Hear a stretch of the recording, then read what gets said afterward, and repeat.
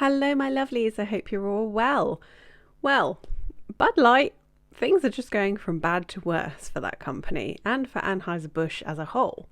As you know, Anheuser-Busch are the parent company that own Bud Light and Budweiser and a few other beers. So I found this story in the Daily Mail.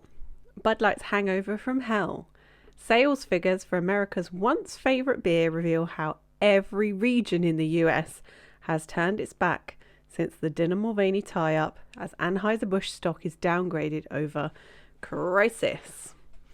So, very interesting that it is all regions of the US that have seen a very significant downtake in sales. So if you look at this map here, even in California and the very Democrat-heavy states, sales are down. And as much as the mainstream media are trying to push the narrative that this is just a conservative boycott, that's not the case at all. And it's not that people are anti-trans or anything like that. It's just people are sick and tired of having this woke BS shoved down our throats constantly. Now, I'm not a beer drinker, so I can't partake in this boycott personally, but I am enjoying seeing this company get its comeuppance, basically. So new figures reveal that Bud Light sales have plummeted in every region in the US in the wake of its disastrous partnership with Dinner Mulvaney. The flagship beer brand has been sent into a steep decline after it used the controversial influencer to promote the beverage.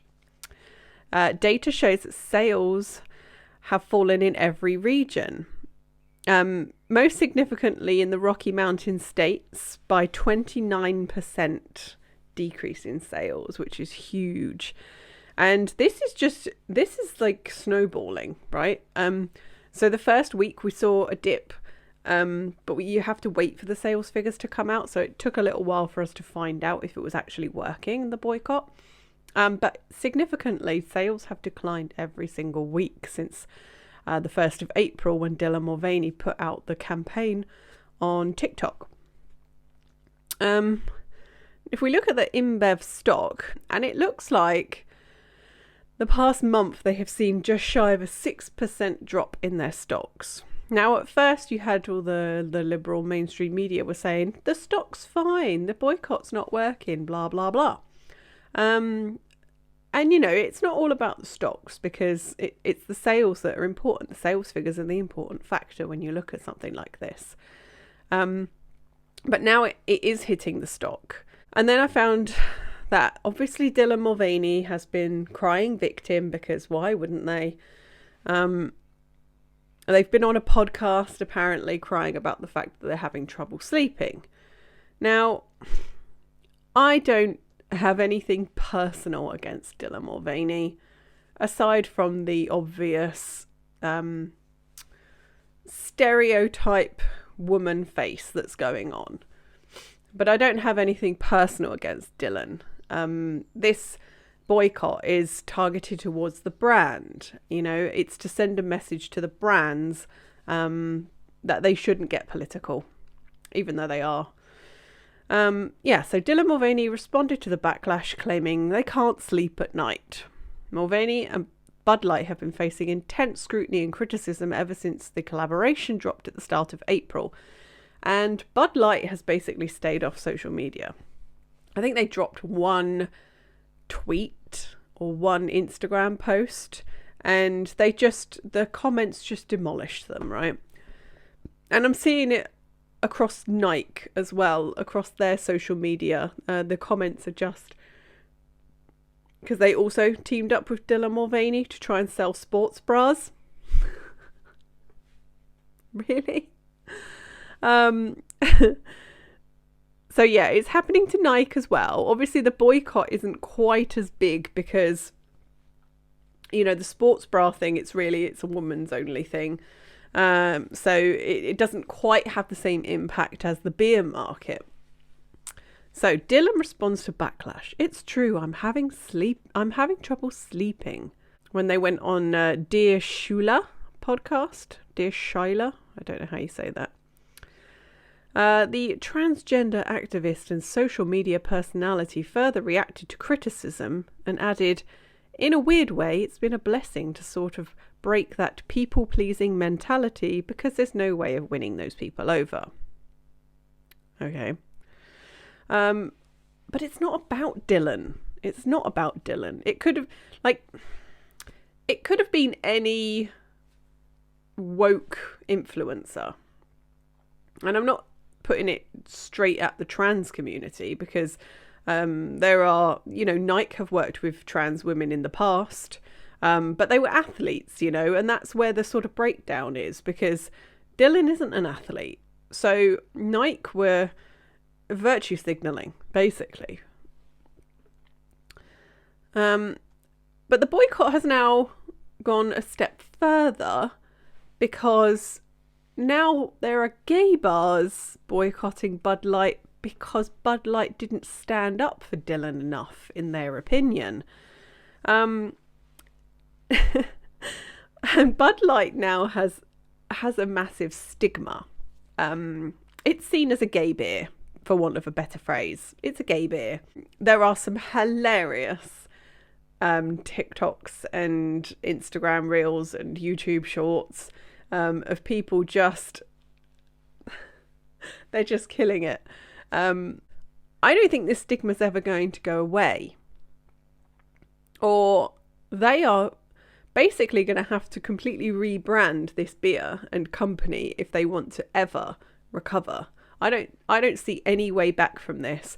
The stigma has gone too far now. It's like embedded. It's not so much over here in the UK or in Europe, because notoriously the UK and Europe are a lot more lefty. So it is pretty much a US only boycott. But it is hilarious to watch and see it all unfold.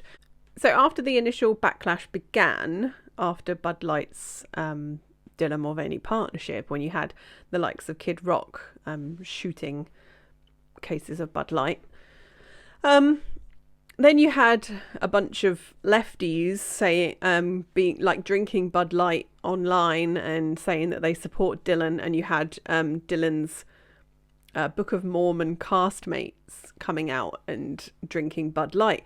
And this obviously has then led to this stigma of it being a gay beverage. But now you've got the gay bars that are boycotting it because they've said that they haven't supported Dylan Mulvaney enough. And no, they haven't. The CEO has come out and said, "Oh, it was a third-party company. It was just a third-party company. It wasn't a proper campaign. It was just one social media post. It was just one can we put the face on. It wasn't a proper sales thing. Please buy our beer, please, please." And people have seen straight through it. And you then had Bud Light came out with the horse advert straight afterwards, or was that just Budweiser itself? I think that was Budweiser. But either way, they're the same company. And people saw straight through it. You can't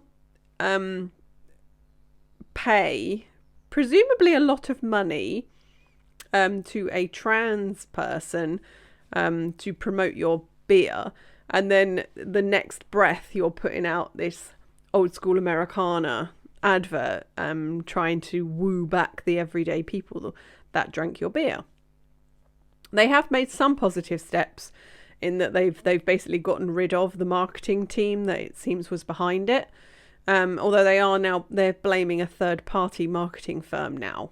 And they've only said that these people have gone on leave. They haven't said that they've been fired. But, at least they have taken some positive steps. But the problem with what the CEO has been saying is it's like he still doesn't get it. He still doesn't understand why the boycott it was in place in the first place. And I understand it. All these companies, they have signed up to these ESG scores with the World Economic Forum, who are pushing this ideology. And it will affect your stock if you don't go with these woke targets and such. So that's why they do these things. That's why they are doing the diversity hires and the campaigns and such, is to get their ESG score. What they have failed to realise, though, or taken for granted, is their customers. And it's not the 1% in the US that is their customer. It's the everyday working people that have probably drunk Bud Light for 20 years, you know. It's the group of guys building a car in their garage and drinking some cans of Bud Light because they know it's not going to get them drunk and they can still do their work, but it's like a social thing, you know. They basically, they took their customers for granted. They spat in their customers' faces with their woke nonsense, and now they're reaping the benefits. So I would love to know your thoughts on the whole situation. Were you a Bud Light drinker? Have you since switched to another? Because I know that Miller and Coors are doing quite well with their sales. Let me know in the comments, and I'll see you very soon.